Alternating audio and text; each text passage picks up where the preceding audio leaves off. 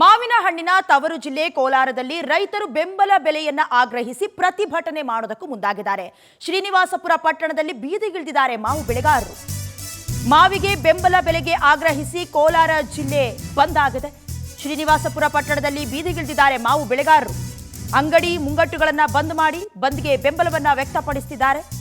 ಪ್ರಮುಖ ರಸ್ತೆಗಳನ್ನು ಬಂದ್ ಮಾಡಿದ್ದಾರೆ ಪ್ರತಿಭಟನಾಕಾರರು. ಸಾರಿಗೆ ಬಸ್ ಹಾಗೆ ಖಾಸಗಿ ವಾಹನಗಳನ್ನು ತಡೆದು ಪ್ರತಿಭಟನೆಯನ್ನ ಮಾಡ್ತಿದ್ದಾರೆ. ಮಾರುಕಟ್ಟೆಯಲ್ಲಿ ಪ್ರಸ್ತುತ ಟನ್ ಮಾವಿಗೆ ಜಸ್ಟ್ 3 ರಿಂದ 4 ಸಾವಿರ ರೂಪಾಯಿ ಬೆಲೆ ಸಿಗ್ತಾ ಇದೆ.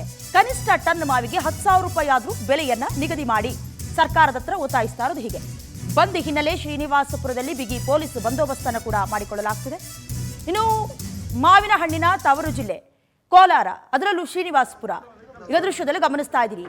ಪ್ರತಿ ವರ್ಷವೂ ಕೂಡ ಒಂದು ಬೆಂಬಲ ಬೆಲೆ ಕೊಡಬೇಕು. ಆದರೆ ಈ ಬಾರಿ ಸಿಗ್ತಾ ಇರುವಂತಹ ಬೆಲೆ ಅದು ರೈತರಿಂದ ನೇರವಾಗಿ ಮಾರುಕಟ್ಟೆ ಕೊಡೋದ್ರಲ್ಲಿ 3 ರಿಂದ 4 ಸಾವಿರ ಮಾತ್ರ ಸಿಗ್ತಾ ಇದೆ. ಅಟ್ಲೀಸ್ಟ್ ಒಂದು ಬೆಂಬಲ ಬೆಲೆಯನ್ನ ಘೋಷಿಸಿ. ಯಾಕಂತ ಹೇಳಿದ್ರೆ ಈಗಾಗಲೇ ಬೇಸಿಗೆ ಶುರುವಾಗಿಬಿಟ್ಟಿದೆ. ಈ ಹಿಂದೆ ಆದಂತಹ ಮಳೆ, ಅದರಲ್ಲೂ ಅನಿರೀಕ್ಷಿತ ಮಳೆಯಿಂದ ಮಾವಿನ ಹಣ್ಣಿಗೂ ಕೂಡ ಕೆಲ ರೋಗಗಳು ತಗುಲಿತ್ತು.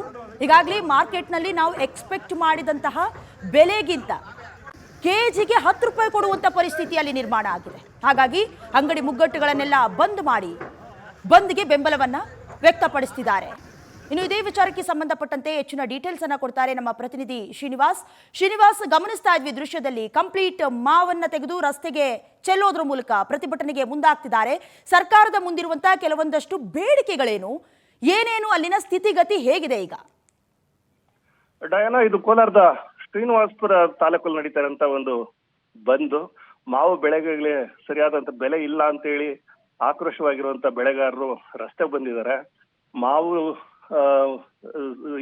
ಹೆಸರುವಾಸಿಯಾಗಿರುವಂತ ಈ ತಾಲೂಕಲ್ಲಿ 3 ಸರ್ಕಲ್ಗಳಲ್ಲೂ ಕೂಡ ಮಾವನ್ನ ಸುರಿದು ಟೈರ್ಗೆ ಬೆಂಕಿ ಹಚ್ಚಿ ಪ್ರತಿಭಟನೆ ವ್ಯಕ್ತಪಡಿಸ್ತಾ ಇದ್ದಾರೆ. ಸರ್ಕಾರ ಮಧ್ಯಪ್ರವೇಶ ಮಾಡಬೇಕು. ಮಾವಿಗೆ ಈಗ ಸರಿಯಾದ ಬೆಲೆ ಇಲ್ಲ. ಸುಮಾರು 1 ಕೆಜಿಗೆ 2 ರೂಪಾಯಿ 3 ರೂಪಾಯಿ ಕೂಡ ಕೇಳೋರಿಲ್ಲ ಮಾವಾಗಿದೆ. ಹಾಗಾಗಿ ಸುಮಾರು 10 ರೂಪಾಯಿಗೆ ಕನಿಷ್ಠ 10 ರೂಪಾಯಿ ಆದ್ರೂ ಕೂಡ ನಮಗೆ ಬೆಂಬಲ ಬೆಲೆ ಕೊಡೋದ್ರ ಮೂಲಕ ಸರ್ಕಾರ ಮಧ್ಯಪ್ರವೇಶ ಮಾಡಿ ನಮ್ಮನ್ನ ರಕ್ಷಣೆ ಮಾಡಬೇಕು ಅನ್ನೋಂಥದ್ದು ಈ ಬೆಳೆಗಾರರ ಒತ್ತಾಯವಾಗಿದೆ. ಬೆಳಗ್ಗೆಯಿಂದ ಈ ಬಂಧನ ಬಿಸಿ ಶುರುವಾಗಿದೆ. ವಾಹನ ಸವಾರನ, ಸಾರಿಗೆ ಬಸ್ಸುಗಳನ್ನ ಸಂಚಾರಕ್ಕೆ ಅವಕಾಶ ಕೊಡ್ತಾ ಇಲ್ಲ. ತಮ್ಮ ಬೇಡಿಕೆ ಈಡೇರುವವರೆಗೂ ತಮ್ಮ ಪ್ರತಿಭಟನೆಯನ್ನ ನಿಲ್ಲಿಸೋದಿಲ್ಲ ಅಂತ ಹೇಳ್ತಿದ್ದಾರೆ. ಡಯಾನ, ಥ್ಯಾಂಕ್ ಯು ಶ್ರೀನಿವಾಸ್, ನಿಮ್ಮೆಲ್ಲ ಡೀಟೇಲ್ಸ್ಗಾಗಿ.